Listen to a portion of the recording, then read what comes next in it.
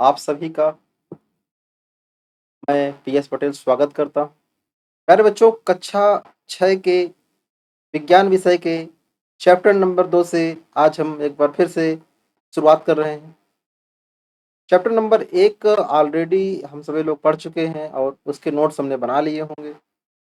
आज हम देखेंगे चैप्टर नंबर 2, कैसे हम पदार्थ और उसके समूह के बारे में जानकारी प्राप्त करें, पदार्थों का क्लासिफिकेशन क्या है, वर्गीकरण क्या है और उनके लक्षणों के आधार पर कैसे हम पदार्थों का वर्गीकरण कर पाते हैं। साथ में हम सीखने वाले हैं यहाँ पर अणु और परमाणु क्या होते हैं।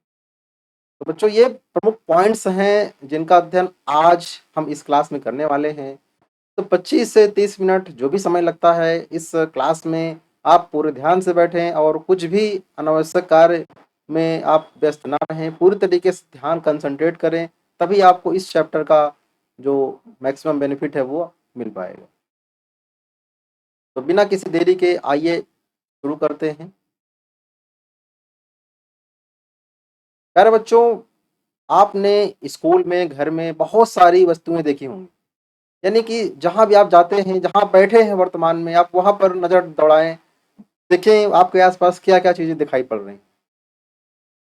शायद आपके सामने कोई दीवार होगी, छत होगी, फर्श होगी, सामने उस तरफ कुर्सी मेज या पलंग तखत कुछ भी हो सकता है। ये सारी चीजें, आप ये वस्तुएं आपके घर के आसपास नजर आती हैं। आप स्कूल में जाते हैं, क्या दिखता है? स्कूल की बिल्डिंग होती है, कुर्सी मेज होती है, बोर्ड होता है, डस्टर होता है, ये सारी चीजें दिखने को मिलती हैं। खैर बच्चों, इन सब वस्तुओं क्या है, हम दैनिक जीवन में क्या करते हैं, उपयोग करते हैं। जैसे तखत है, कुर्सी है और खुरपी है, हवा है, पेड़ पौधे हैं, ये सारी वस्तुओं का हम रेगुलर अपने जीवन में इस्तेमाल करते हैं। और इसमें से अधिकतर वस्तुएं क्या हैं, सभी मनुष्यों के द्वारा बनाई गई, यानी ह्यूमन द्वारा बनाया गया है, मनुष्यों के द्वारा बनाया गया है। और कुछ चीजें ऐसी हैं, जैसे कि हवा की हम बात करें, पेड़ पौधों की बात करें, तो इनको हमने तो बनाया नहीं है, तो किसने बनाया है? प्रकृति ने बनाया है, यानी नेचर ने बनाया हुआ है। और इन दोनों चीजों को, जो मनुष्य ने बनाया है और जो प्रकृति ने बनाया है, इन दोनों को जब हम मिला देते हैं तो मिलकर जो चीजें बनती हैं वही पदार्थ कहलाती हैं। यानी कि प्रकृति, मानव और प्रकृति द्वारा निर्मित वस्तुएं क्या कहलाती हैं? पदार्थ कहलाती हैं। खैर बच्चों, हमारे आसपास की सभी वस्तुएं जिसमें भार हो, पहला पॉइंट है भार होना चाहिए। जो भी वस्तु है उसकी पहचान है। दूसरा, वो स्थान घेरनी चाहिए, यानी एक तो उसके अंदर भार हो और सेकंड वो स्थान घेरे। तो ये दो बड़ी पहचाने हैं। और तीसरा क्या पहचान है? वो है ज्ञान इंद्रियों के द्वारा हम एहसास कर सके। बच्चों, हमारे पास 5 ज्ञान इंद्रियां हैं, इन्हीं ज्ञान इंद्रियों के माध्यम से हमको एहसास होना जरूरी है। जैसे हमारे नाक है, कान है, आंख है, जीभ है और त्वचा है। ये पांचों ज्ञान इंद्रियों से हमें एहसास होना जरूरी है कि ये वस्तु है। अगर हमें एहसास नहीं होता है तो वस्तु नहीं मानी जाए। तो अभी हमने पढ़ा पदार्थ किसे कहते हैं, पदार्थ क्या कहलाता है। तो हमारे आसपास की वो सभी वस्तुएं जिसमें भार होता है, जो स्थान घेरती है और जिनको हम अपनी ज्ञानेंद्रियों से, अपनी आंखों से, कान से, नाक से, जीभ से और अपनी त्वचा के माध्यम से हम उनको उनको जान पाते हैं, एहसास कर पाते हैं। तो इन चीजों को हम पदार्थ कहते हैं। जाहिर सी बात है बच्चों, पदार्थ क्या करता है? स्थान भी घेरता है और साथ में उसमें भार भी होता है। तो ये मेजर पहचान है जिनको हमें ध्यान में रखना है। और परीक्षा में ये प्रश्न आता है तो हमें तुरंत इसका उत्तर लिख देना है कि पदार्थ स्थान घेरता है, पदार्थ में भार होता है और पदार्थों को हम अपने ज्ञानेंद्रियों से महसूस भी कर सकते हैं। तो ये पदार्थ की पहचान है। खैर बच्चों, हम घर में बहुत सारी चीज़ों को लाते हैं। कुछ निर्जीव वस्तुएं होती हैं, जैसे बाल्टी, खुरपा, थाली, ये सारी चीज़ें होती हैं। और वो बहुत अलग अलग चीज़ों से बनी होती हैं, एक ही चीज़ से नहीं बनी होती हैं। जैसे प्लास्टिक, कुछ लोहे की बनी हो सकती हैं, कुछ स्टील की हो सकती हैं, कुछ प्लास्टिक हो सकती हैं। जैसे खुरपी है, थाली है, पहिया है, तो अलग अलग चीज़ों से बनी होती हैं। बच्चों, जो बाल्टी जो होती है प्लास्टिक और लोहे से तो बनी है ही है। खुरपी किससे बनी होती है? लकड़ी और लोहे से बनती है। तो देखिए, कोई जो वस्तु होती है वो एक ही पदार्थ से बन जाती है। और कभी कभी ऐसा भी होता है जो एक से अधिक पदार्थ पदार्थों से मिलकर वस्तु बनती है। यानी कि जिस कार्य के लिए हम वस्तु बनाते हैं उसी के अनुसार हम पदार्थ भी चुन लेते हैं। जैसे ग्लास है, कांच है, धातु स्टील के या धातु के जो गिलास और कांच गिलास बनाए जाते हैं, यानी कि ग्लास जो होता है वो कांच और स्टील दोनों का भी बन सकता है। अब इस चित्र में आप ध्यान दें, ये अलग अलग वस्तुओं से बनी हुई चीजें हैं। आप बल्ब देख पा रहे होंगे, तो बल्ब जो है कांच का बना हुआ है, लेकिन उसके ऊपर जो ढक्कन है वो प्लास्टिक का है। ऐसे लोहे स्टील की साइकिल, लोहे की साइकिल है, मेज है, स्टूल है या फिर ग्लास है, ये सारी चीजें आप देख पा रहे हैं, ये अलग अलग वस्तुओं से मिलकर बनी हुई है। प्यारे बच्चों, हम बहुत सारी चीज़ों को छाँट के अलग भी कर सकते हैं कि कौन सी वस्तु लोहे से बनी है, कौन लकड़ी से बनी है, कौन काँच से है और कौन मिट्टी से है। इनको हम छाँट के अलग-अलग लिख भी सकते हैं, जिससे हमें पहचानने की एक कला हमारे अंदर आ जाए। वैसे ही यहाँ पर खुरपी, चश्मा, शर्ट और छाता लिखा हुआ है, तो ये किन चीज़ों से बना हुआ है, इसमें आप पदार्थ लिख सकते हैं, जैसे खुरपी लोहा और लकड़ी की बनी हुई है, चश्मा किसका बना हुआ है, शर्ट किससे बनती है, छाता किससे बनता है, इसको भी आप यहाँ पर सोच सकते हैं, लिख सकते हैं। अब एक बहुत ही महत्वपूर्ण प्रश्न उठता है, पदार्थों की वर्गीकरण की ज़रूरत क्यों पड़ी? क्यों अलग-अलग टाइप के पदार्थ देखने को मिलते हैं? तो बच्चों, आस-पड़ोस की जो वस्तुएँ हैं, वो हर एक वस्तु क्या होती है, उसके गुण और उपयोग अलग-अलग होते हैं और एक दूसरे से लगभग-लगभग अलग ही दिखाई पड़ते हैं। और इन जो वस्तुओं के अलग-अलग होते हुए भी फिर भी उनमें कोई न कोई समानता हमें ज़रूर देखने को मिलती है। तो किसी वस्तु की पहचान उसके आकार, बनावट, रंग, उपयोग आदि के आधार पर किया जाता है। जब हम वस्तुओं को उसके विशेष गुणों, उपयोग आदि के आधार पर अलग-अलग समूहों में रखते हैं, तो उनकी पहचान क्या होती है, आसान हो जाती है और हम वस्तुओं को उनके सामान्य लक्षणों के आधार पर अलग-अलग समूहों में व्यवस्थित कर देते हैं और इसी प्रक्रिया को वर्गीकरण कहा जाता है। सरल शब्दों में अगर हम समझना चाहें, तो वस्तुओं को उनके सामान्य लक्षणों के आधार पर अलग-अलग ग्रुप्स में व्यवस्थित करने की जो क्रिया होती है, उसी को हम वर्गीकरण कहते हैं। एक बार फिर से ध्यान से पढ़ें बच्चों। बच्चों, वस्तुओं को उनके सामान्य लक्षणों के आधार पर अलग-अलग समूह में व्यवस्थित करने की क्रिया को वर्गीकरण कहते हैं। बच्चों, पदार्थ की जो संरचना के आधार पर वर्गीकरण कैसे होता है? भौतिक अगर हम बाह्य संरचना के आधार पर वर्गीकरण करते हैं, तो इसे भौतिक वर्गीकरण कहते हैं और आंतरिक संरचना के आधार पर अगर हम वर्गीकरण करते हैं, तो इसको हम रासायनिक वर्गीकरण कहते हैं। अगर बाहरी बनावट से करेंगे तो भौतिक वर्गीकरण और अगर आंतरिक संरचना के आधार पर करेंगे तो रासायनिक वर्गीकरण। भौतिक वर्गीकरण की हम बात करते हैं तो पदार्थ को ठोस, द्रव और गैस 3 चीज़ों में हम बाँट सकते हैं और रासायनिक में अगर हम चले जाएँगे तो पदार्थ को हम क्या बोलेंगे? तत्व हैं, यौगिक हैं और मिश्रण हैं, 3 हैं। यानी कि वर्गीकरण की बात करते हैं भौतिक में ठोस, द्रव, गैस, लेकिन उसी पदार्थों को अगर हम चाहें रासायनिक रूप से वर्गीकृत करना, तो हमारे पास इसके 3 रूप नज़र आते हैं। एक तत्व नज़र आता है, एलिमेंट, फिर यौगिक, कंपाउंड एंड मिक्सचर यानी कि मिश्रण। ये 3 चीज़ें हमें देखने को मिलती हैं रासायनिक रूप से। तो बच्चों, हमने समझा कि पदार्थों का वर्गीकरण क्यों होता है। एक समान लक्षणों वाली चीज़ों को एक अलग-अलग समूहों में बाँटना ही वर्गीकरण कहलाता है और ये 2 प्रकार का भौतिक और रासायनिक रूप से हम इसको कर सकते हैं। अब समझते हैं विभिन्न लक्षणों के आधार पर वर्गीकरण। अब हम यहाँ पर भौतिक रसायन छोड़ के कोई विशेष अवस्था के आधार पर हम करते हैं। यानी कि इस पदार्थ की जो अवस्था है उसके आधार पर हम पदार्थ का वर्गीकरण कैसे कर सकते हैं। आपने बच्चों नारियल का तेल देखा होगा, जाड़े के मौसम में वो बर्तन में ठोस हो जाता है और गर्मी में वही लिक्विड के रूप में, तरल के रूप में हो जाता है। और मोम भी ऐसी होती है, ठोस होती है लेकिन गर्म करने पर द्रव अवस्था में बदल जाती है, परिवर्तित हो जाती है। यदि हम जो द्रव है उस मोम को गर्म करते जाएं तो वह क्या हो जाएगी, भाप बनकर वाष्प बन के उड़ जाएगी। जल को दैनिक जीवन में हम बर्फ के रूप में, जल के रूप में और जलवाष्प के रूप में देखते हैं। इस प्रकार प्रत्येक पदार्थ की भौतिक अवस्थाएं क्या होती हैं, ठोस, द्रव और गैस, ये 3 अवस्थाएं होती हैं। आइए समझते हैं ठोस ठोस किसे कहते हैं। ठोस की पहचान क्या है? आपने बच्चों कांच की गोली देखी होगी। गोली का आपने दबाया हो तो कैसा आपको लगा होगा? जाहिर सी बात है, ठोस लगता है थोड़ा सा।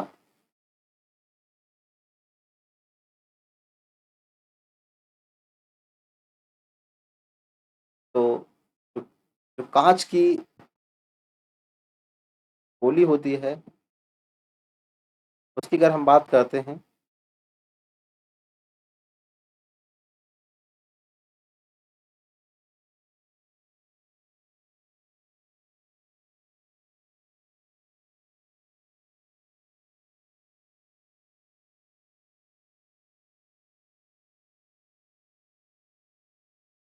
कांच की एक गोली को एक थैले से निकाल कर हाथ में लें, फिर ग्लास में रखें और देखें क्या उसकी बनावट और आकार में कोई परिवर्तन आया?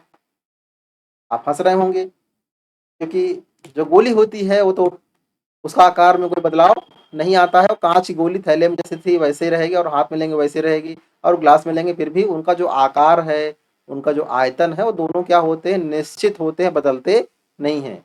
और इससे स्पष्ट होता है जो ठोस पदार्थ होते हैं, उनका आकार और आयतन दोनों निश्चित होते हैं। सरल शब्दों में ठोस पदार्थ की पहचान क्या है? ठोस पदार्थ का आकार यानी उसकी बनावट वो क्या फिक्स होगी?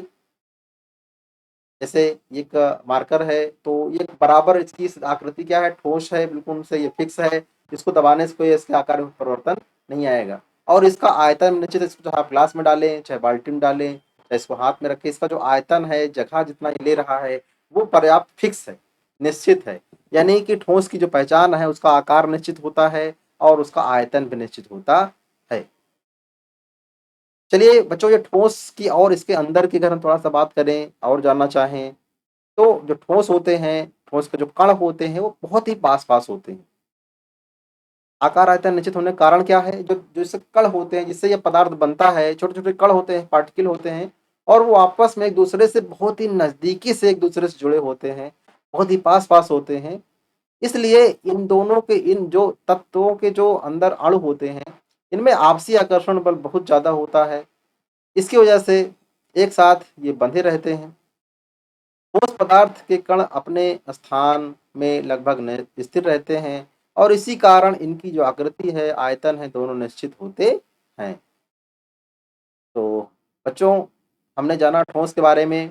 ठोस के जो अण होते हैं बहुत ही पास-पास होते हैं, बिल्कुल चिपके हुए होते हैं, और इनमें आकर्षण बल बहुत ज़्यादा होता है, इसलिए आपस में एक-दूसरे को बाँध के रखते हैं। और ठोस पदार्थों के कण के जो जो स्थान हैं, वो फिक्स होते हैं, स्थिर होते हैं। इसीलिए इनका जो आयतन और आकृति है, दोनों निश्चित होती है। चलिए देखते हैं द्रव।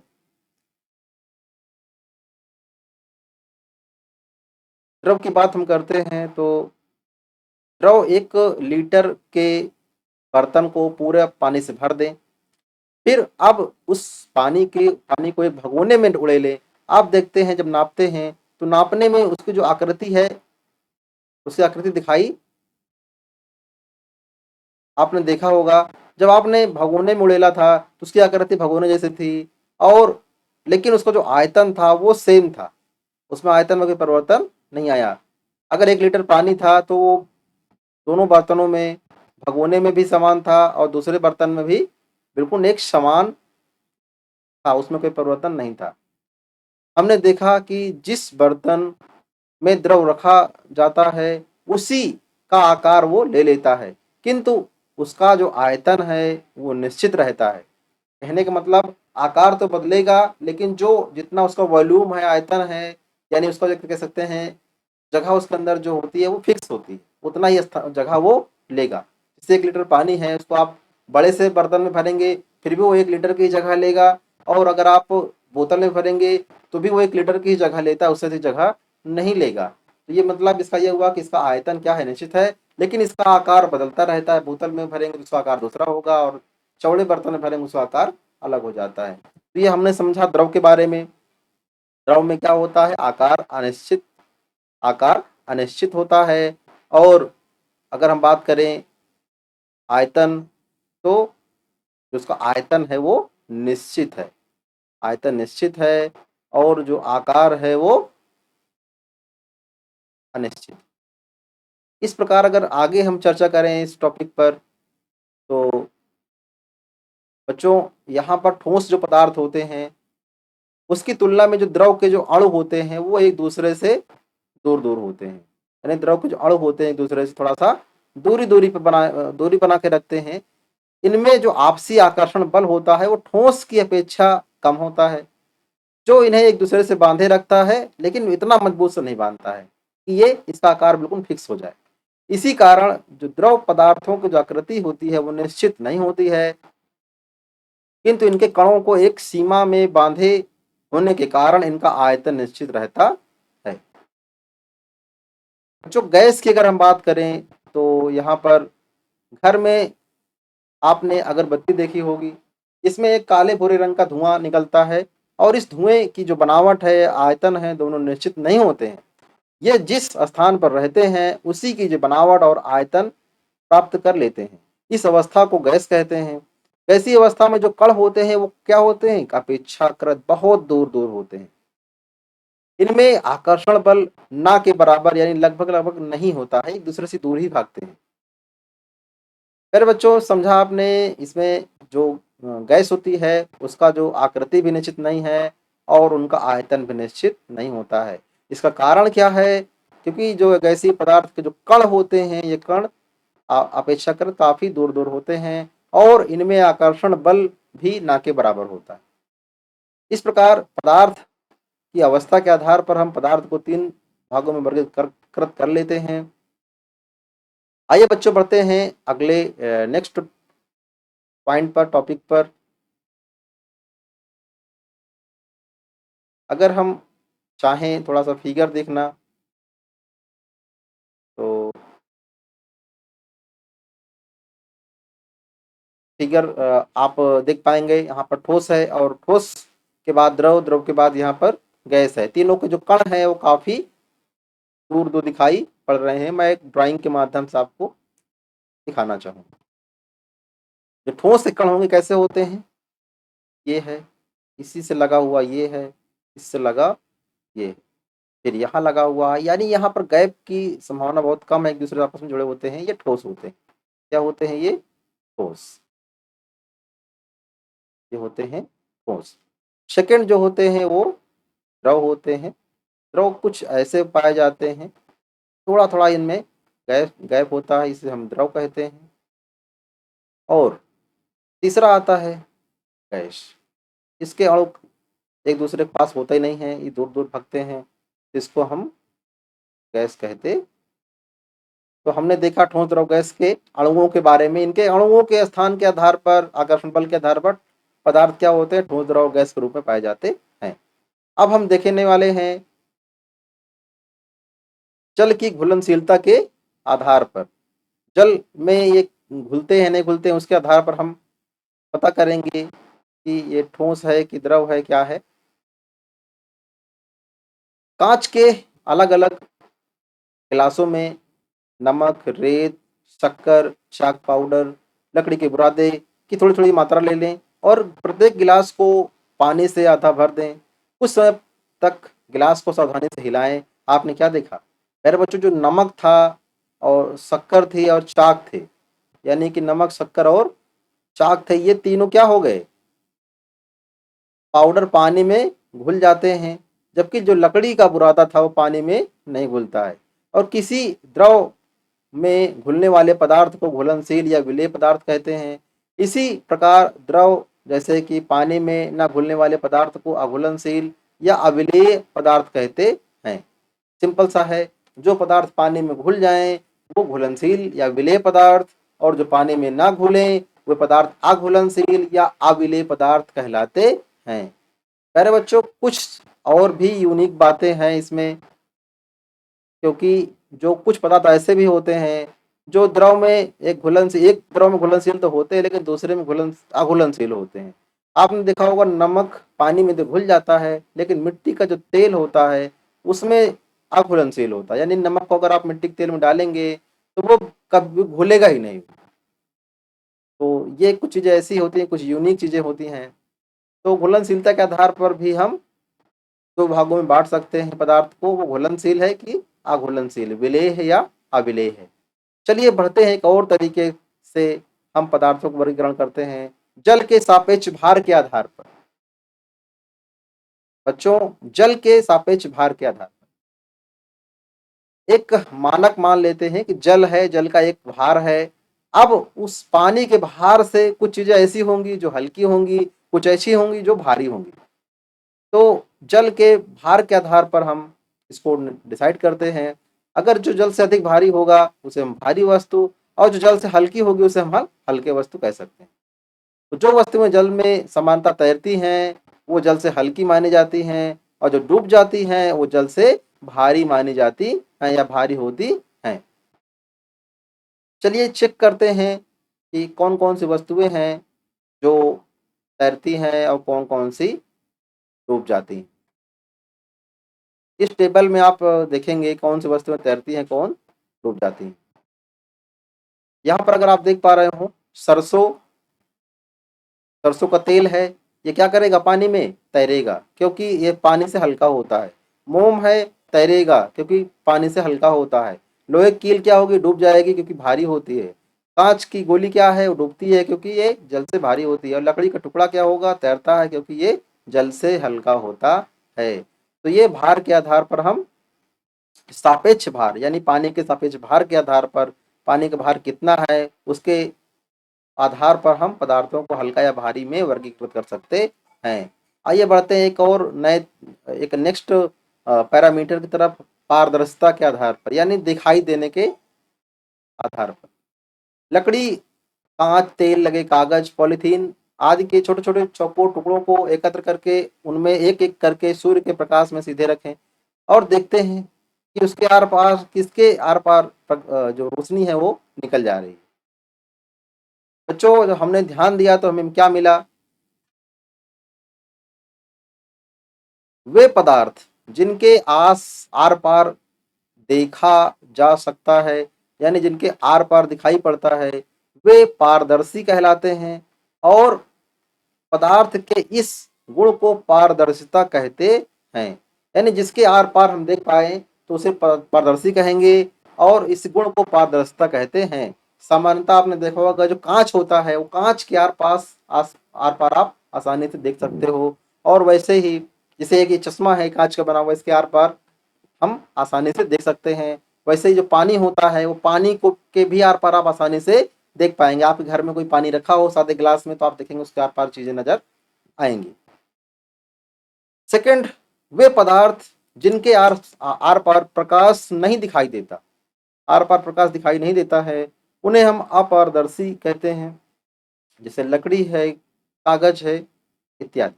यानी लकड़ी और कागज के आर पार आप प्रकाश जाता नहीं है और दिखाई कुछ पड़ेगा नहीं। वे पदार्थ जिनके द्वारा धुंधला या आंशिक रूप से आर पार देखा जा सकता है उसे पारभासी कहते हैं। जैसे तेल लगा कागज, पेंट लगा कांच आदि। यानी ये चीजें ऐसी होती हैं जो कहीं न कहीं आर पार देखने दिखाई तो पड़ता है लेकिन धुंधला होता है, बहुत ही कम दिखाई पड़ता है।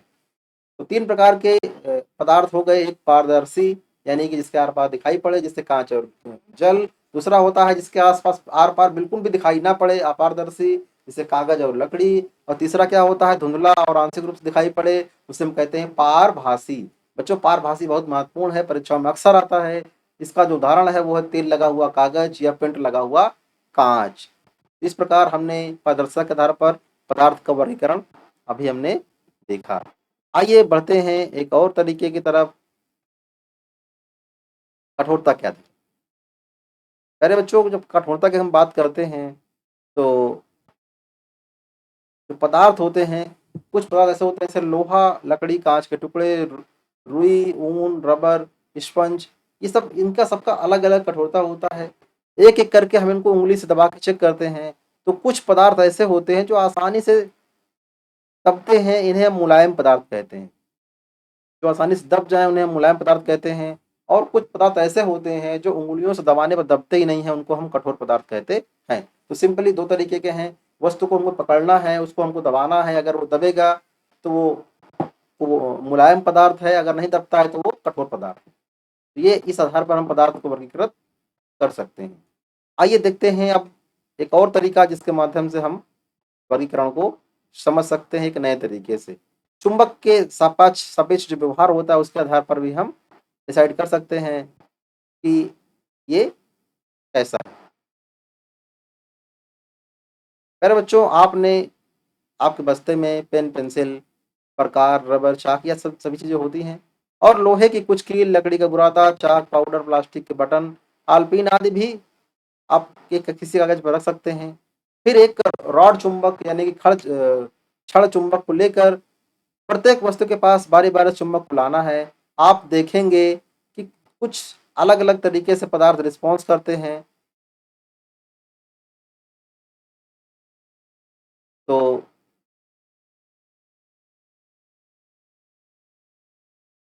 चुंबक जिन पदार्थों को चिपका लेता है, अपनी ओर आकर्षित कर लेता है, उसको हम चुंबकीय पदार्थ कहते हैं और जिन पदार्थों को आकर्षित नहीं करता है, उसको हम अचुंबकीय, माने होता है नहीं, अचुंबकीय पदार्थ कहते हैं।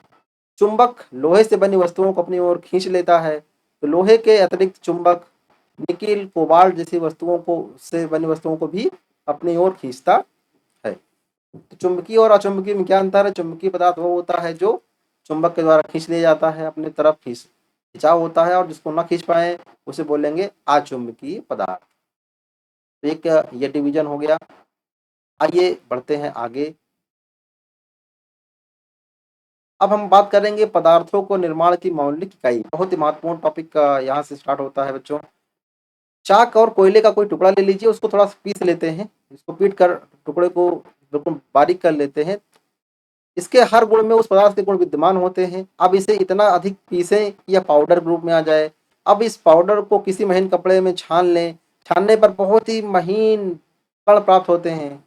अर्थात छोटे-छोटे जो कण होते हैं, बहुत ही छोटे कण होते हैं। छोटे जो कण होते हैं वो बहुत ही छोटे कणों से मिलकर बनते हैं और अति सूक्ष्म कणों को की कल्पना आप कर सकते हैं इसी के आधार पर।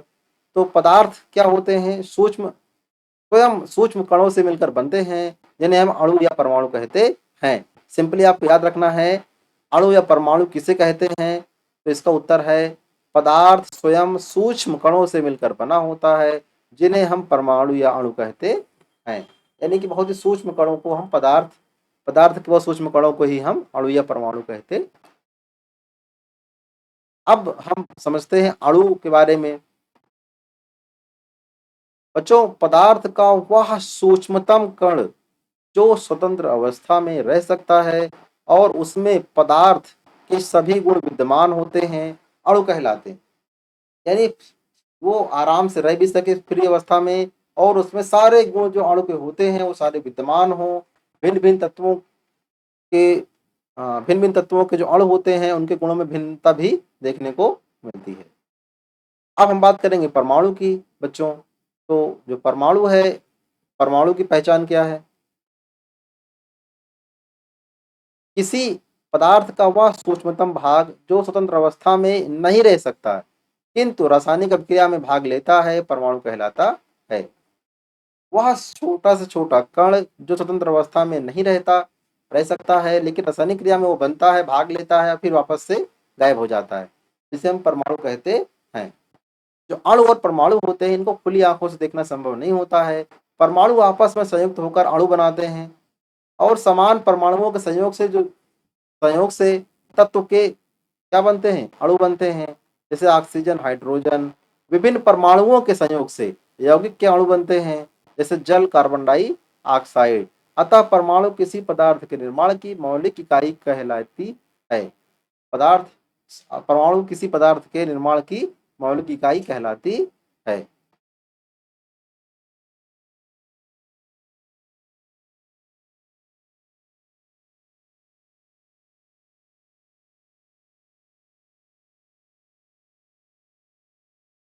ऐसे सूक्ष्म कणों की केवल कल्पना ही की जा सकती है। इनको देखना दिखाना संभव नहीं है। सारे पदार्थ अति सूक्ष्म कणों से बनते हैं और इन्हीं पदार्थ की संरचना को हम इकाई कहते हैं, यूनिट कहते।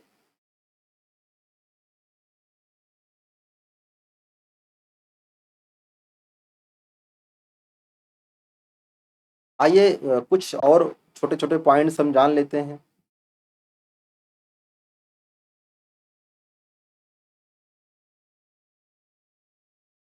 परमाणु शब्द यूनानी भाषा के एटॉक्स, परमाणु को एटॉक्स भी कहते हैं, जिसका अर्थ होता है अविभाज्य। डाल्टन ने परमाणु सिद्धांत में जो तत्व कहा था कि तत्व अत्यंत सूक्ष्म अविभाज्य कणों से बने होते हैं, जिन्हें हम परमाणु कहते हैं। इलेक्ट्रॉन, प्रोटॉन, न्यूट्रॉन की खोज के बाद परमाणु को विभाज्य माना जाने लगा है और आधुनिक परमाणु सिद्धांत के अनुसार परमाणु विभाज्य हैं। इलेक्ट्रॉन, प्रोटॉन, न्यूट्रॉन को परमाणु की मूलभूत कण भी कहते हैं। बच्चों, इलेक्ट्रॉन, प्रोटॉन, न्यूट्रॉन को क्या कहते हैं? मूलभूत कण। इसको याद रखना है, ये क्या है? मूलभूत कण है, इससे परमाणु बनते हैं। परमाणु के अवयवों की हम बात करते हैं तो जो प्रोटॉन होता है वो धनावेशित होता है और जो इसका जो चिन्ह होता है वो प्लस का चिन्ह होता है। इलेक्ट्रॉन क्या होता है? ऋणावेशित होता है। और न्यूट्रॉन क्या होता है? इसमें कोई भी चार्ज होता ही नहीं, उदासीन होता है। इसका चिन्ह क्या है? एन होता है। इलेक्ट्रॉन के लिए ई, प्रोटॉन के लिए पी और न्यूट्रॉन के लिए एन संकेत रखा गया है। आइए कुछ पॉइंटर्स भी देख लेते हैं जो आपके लिए बहुत ही महत्वपूर्ण है। हमने इस चैप्टर में क्या सीखा? प्रत्येक वस्तु क्या होती है? स्थान घेरती है, उसमें भार होता है और पदार्थों का वर्गीकरण उसके आकार, बनावट, रंग और उपयोग के आधार पर हम कर सकते हैं। किसी पदार्थ को बनाने में एक ही पदार्थ का प्रयोग होता है, किसी वस्तु को बनाने में एक ही पदार्थ का प्रयोग होता है, अथवा वस्तु कई पदार्थों से मिलकर बन सकती है। पदार्थ का जो वर्गीकरण विलेयता, पारदर्शिता, कठोरता और चुंबकत्व आदि के आधार पर हम वर्गीकृत कर सकते हैं। बच्चों, ये भाग यहीं तक। चैप्टर थोड़ा लंबा था। मिलते हैं प्रश्नोत्तर वाली श्रृंखला में, यानी इसके बाद हम क्वेश्चन आंसर करेंगे अगले भाग में। Thank you.